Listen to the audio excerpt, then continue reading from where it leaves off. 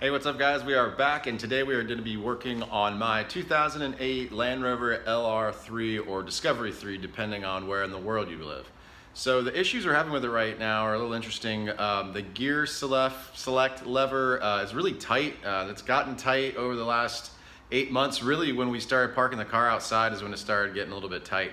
And then other than that, the car's slipping out of drive and into neutral randomly. So the research I've done would suggest that that is the result of the gear shift linkage needing to be replaced. So we got all the parts for that. We're going to go over what parts are required and we're going to get into the job of replacing it. Alright, here's the parts you'll need to repair the shift linkage in your Land Rover LR3 or Discovery 3. Interesting that some are from the United Kingdom. Some made in Germany, some made in Taiwan.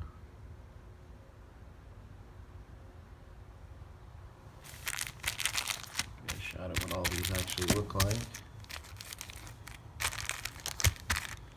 So there's the actual arm and the assembly there. And some specialized screw and so on. So let's go get those in. Okay, so what we're looking at here is the shift linkage assembly that basically ties the gear shift lever in the car to the transmission. So apparently, just based on my internet research, this bit here is what goes south, starts to bind up, and so we've got replacement parts for everything except for this nut here. It came as a kit and it didn't come with that, which I thought was weird, so to go back and make sure we got everything. We've painted it pink to make sure that we slide the pin in the same distance that it is right now. So we're going to go ahead and get that stuff off.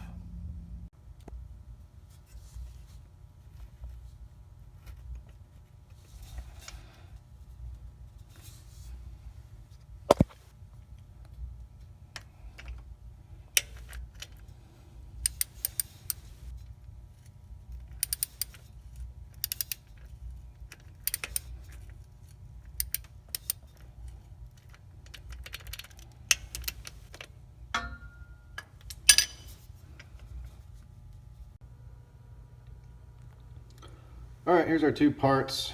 This is what came out of the car here. And this is the direction it goes back on. A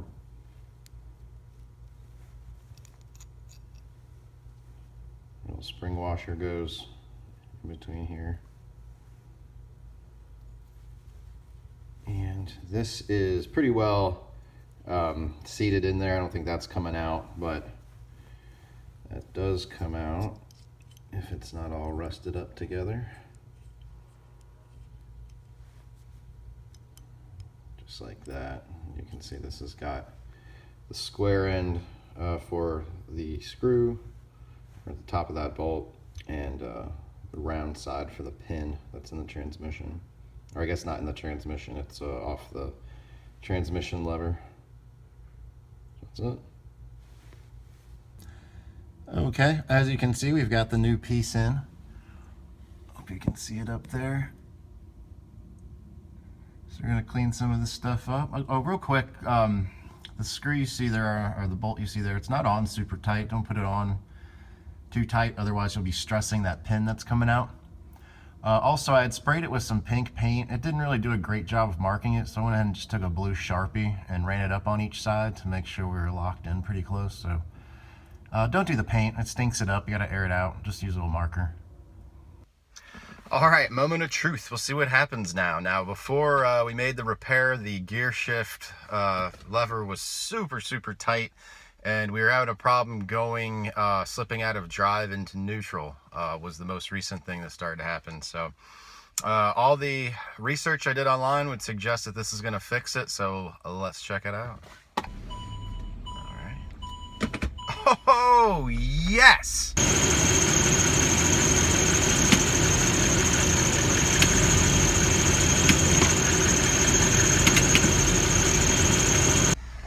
This thing feels brand new. This felt like garbage before. It was so sticky and stuck.